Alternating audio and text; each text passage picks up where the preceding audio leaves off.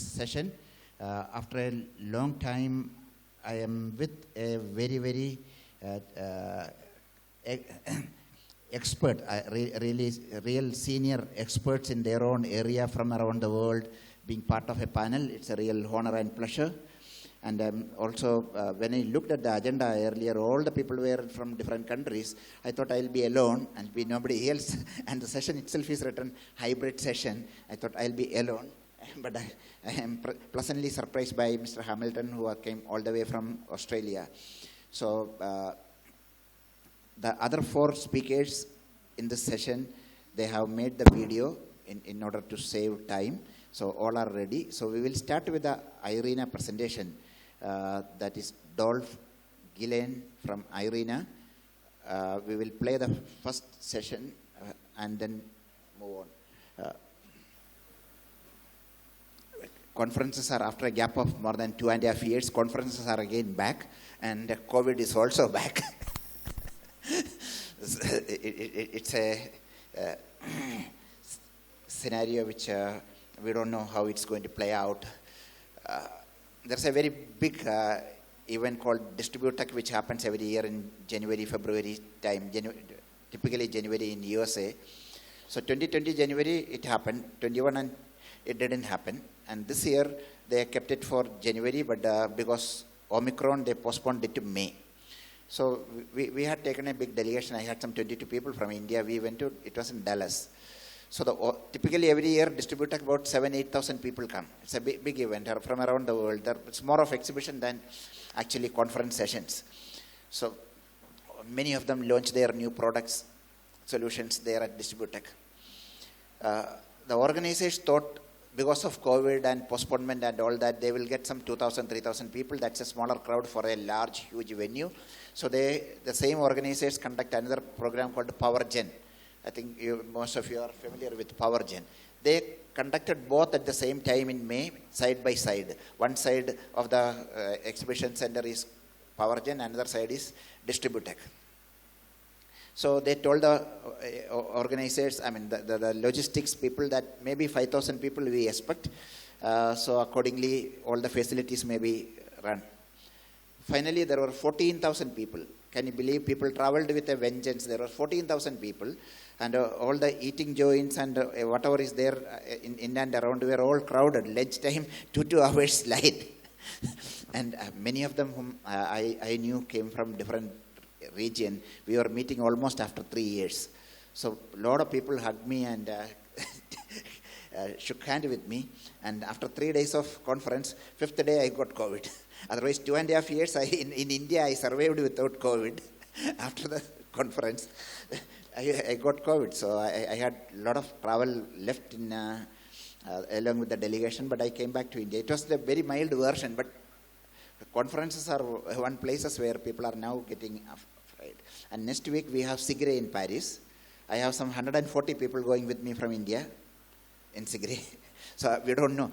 SIGRE also happening after almost 4 years. 2018 was the last SIGRE, and 2020 it didn't happen. It's a biannual event. So SIGRE session is there in next week, and expect to see many people. So I want special compliments to you for, I've gone through the agenda. Most of the people are really experts in their own area. Otherwise, in most conferences, you will see same set of people, officers from different organizations who talk superfluously 40,000 feet and go. But these are all real experts. A special compliment for you to bring them onto this platform. So as all of you know, India has done wonderfully well in one, electrification, number two, in renewable energy, say energy transition. So 10 years ago, in every conference anywhere in the world, people start with more than 1 billion people without access to electricity, of which 1/3 of them are in India. Nobody talks about that anymore, because almost 300 million people who were not connected to the grid, last 10 years we've been able to connect it to them. Today, less than 1 million people, perhaps up in the mountain or somewhere in the middle of the forest, or some people are the only one who are not connected to the grid. Well, are we able to give 24/7 electricity? No. That's the next major milestone which we are doing. At the same time, the energy transition that we are doing, renewable energy, that is also unparalleled and we, at the Copenhagen summit in 2009, we made a voluntary commitment. It was not, even today, it's not mandated for our commitment. We said that we will reduce the emission intensity. In 2009, we made that commitment in Copenhagen. Emission intensity we will reduce by 33% by 2030. So the first program which was launched after that was in 2010, Jawaharlal Nehru National Solar Mission, with a target of 20 gigawatt grid connected solar power by 2020. So 20 gigawatt was a big number that time, because a megawatt was almost $2 million at that point in time. So it was a very big number. And when the auctions happened, the first 1,000 megawatt CRC finalized. Many of you, I see a lot of young faces, so many of them may not be aware of this. So 17 rupees 60 paise per unit of electricity. That's a CRC approved rate based on which projects were allocated to different states. Everybody was shocked.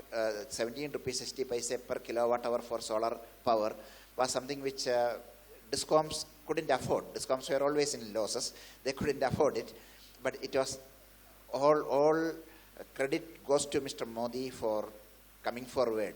Of the 1,000 megawatt, almost 900 megawatt Gujarat signed up at 17 rupees 60 paise. And the Patan large solar park, which was built and inaugurated in 2012 or 13, that has close to 900 megawatt. Rest of the country did less than 10% of that 1,000 megawatt.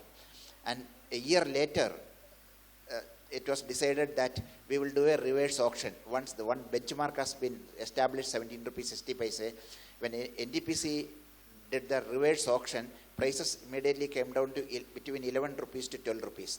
Some 3,000-4,000 megawatts were given at that price. A year later, in 2013, price came below 10 rupees. And thereafter, it is history. We are at between 2 rupees to 3 rupees per unit of electricity. So if nobody had taken that first 1,000 megawatt, and in India, not only China, India's large volumes, the 57 or 58 gigawatt which we have achieved by now, has also contributed to the overall global price reduction. Basically, more than the volumes, it's the sentiments. And what Modi Sahab has done after coming to Delhi as Prime Minister, this 20 gigawatt, he made it 100 gigawatt. Actually, he wanted to make it 200 gigawatt, but with all of problems, they settled at 175, a mix of solar plus wind plus other forms of renewable energy. So 20 has been jacked up to 100 gigawatt by 2022.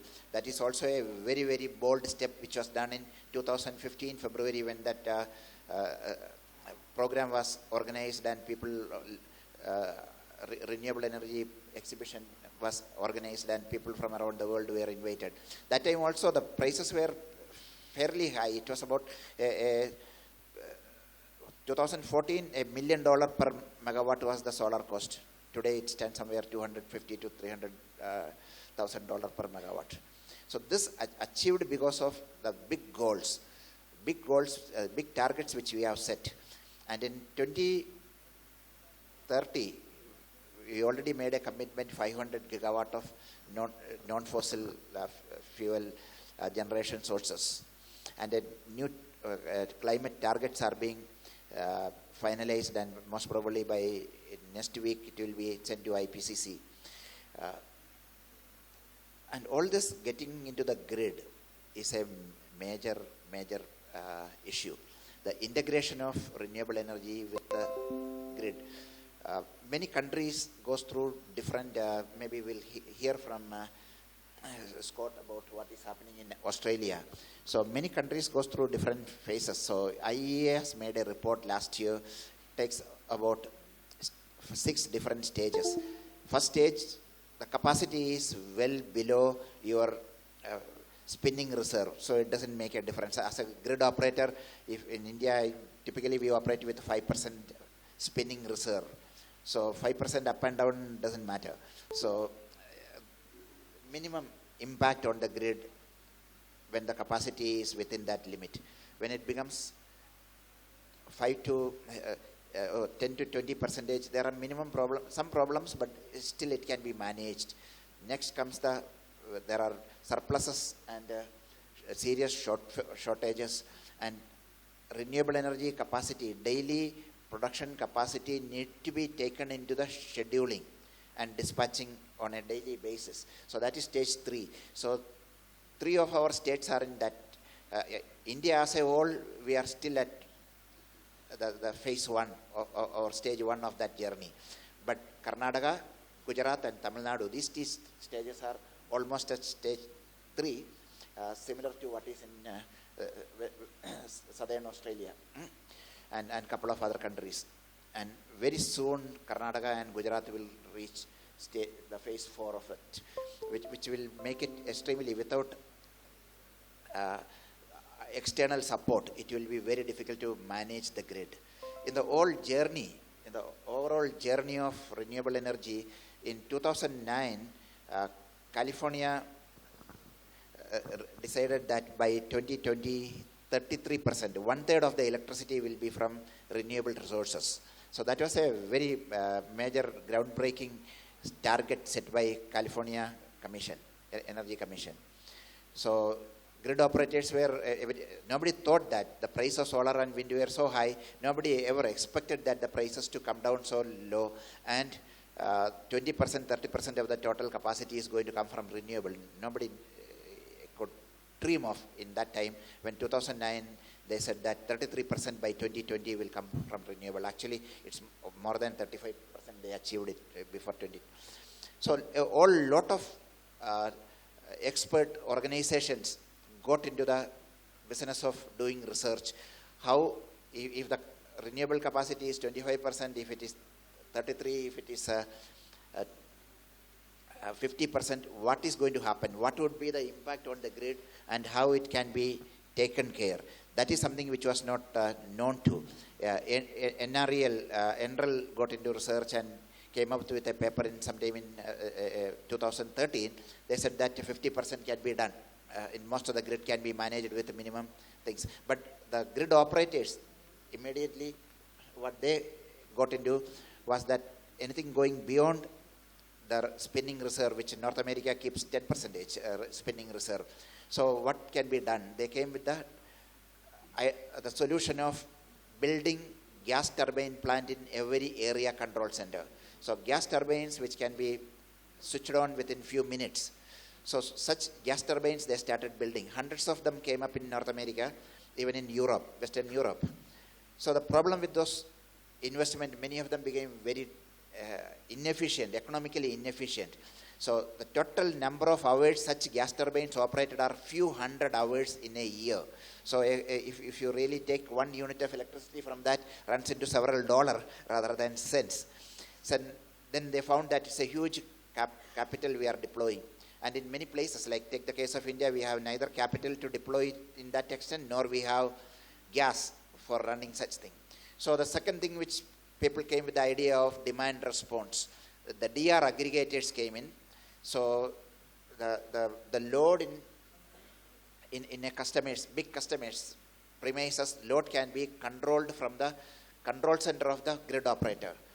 You take the case of a mall, the air conditioning load are in megawatt, several megawatt. For few minutes or few hours, you can always turn off the air conditioner. That not the mall owner doing it, it can be done from the distribution companies, local distribution companies control center. And there are people who came as DR aggregators who aggregate large number of voluntarily participating people against economic benefits. We tried a manual method long time back, some 10 years ago in Bombay. So Bombay airport was serviced by Tata Power, and we told them every day evening we need a load relief of few megawatts. I don't exactly recollect that. This was in 2010-2011 time frame. I remember the exact number. The Maharashtra Regulatory Commission had approved that. And what airport people that used to do, it was still AAI, it was not a privatized airport that time. So they pre-cool. In the afternoon, when power is surplus, they pre-cool the building. Typically, AC operates at 25 degrees centigrade. They pre-cool it, bring it down to 21, 22 degrees centigrade. And 6 o'clock, they start switching off the AC.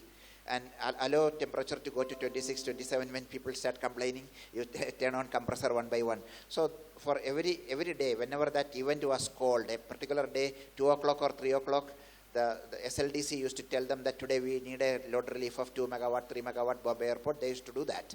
So that was an interesting manual exercise which you have done. The time has come. We talking about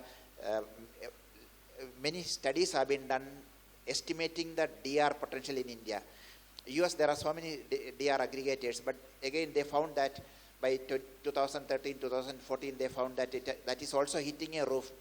It's not going beyond 10% or 15% of the total demand. There are not that much load that can be turned off or turned on and shifted. So third solution came energy storage. So again, California, the regulators have, the Regulatory Commission had approved the IOUs, 3 large investor-owned utilities in California, some 500 megawatt hour of battery storage to be installed. That came sometime in 2016-17. So these are different solutions for addressing the variability of renewable energy resources. We call it flexibility, both in generation as well as in demand. The first one which I talked about was the flexibility in the demand through gas turbines, which you are doing. The second one, the demand response, which we talked about, is about the demand side flexibility. We should be able to control that. Both we need to, and the good thing is that digital technologies today is able to balance all this. Your all distributed resources across the grid in high voltage, medium voltage, low voltage, different sizes, behind the meter resources. All of them, digital technologies can aggregate and balance it. The millions of electric vehicles. The next one, which we are particularly advocating for India, two solutions. One, DG sets. Power was never reliable in the country in the last 100 years. So most of the big buildings like this, here, there would be at least a 1 megawatt DG set for this facility. So every big building, hotel, hospital, airports, all of them have megawatt scale DG set. One estimate says India has more than 80 gigawatt of DG sets of big capacity. So all of them, and 1 unit of electricity from DG set today is more than 35 rupees, with diesel cost at 100 rupees. So each one of them, mandatorily we should replace with the battery energy storage systems. And in a grid at a commercial rate, if I buy electricity at 10 rupees, I can still sell it back to the grid at 15 rupees. With that 5 rupees, my battery investment today's cost, the ROI is 5 years. So that time has come, we need to change. And new buildings, we should not allow it to have DG set. 2 major failures which happened, I tried very hard. One, Pragati Maidan, they have the new Pragati Maidan, they ordered 18 megawatt of DG set. We said, we will bring in money from Ministry of Power. In fact, that time Secretary also had spoken. It didn't happen. We took the case all the way up to then Commerce Minister Suresh Prabhu. They said they already ordered, the NBCC was the contractor, they given to Pallanji Mystery, and it's already delivered and it's lying there. And second attempt we made for the new Parliament and the Central Vista, more than 100 megawatt of DG set already ordered, it's lying there. So is the video ready? Okay, we'll start with Barbel Director Solarico from Germany. So would you be available for some question answer? Will you be, Anil sir? None of these people will be available. Okay.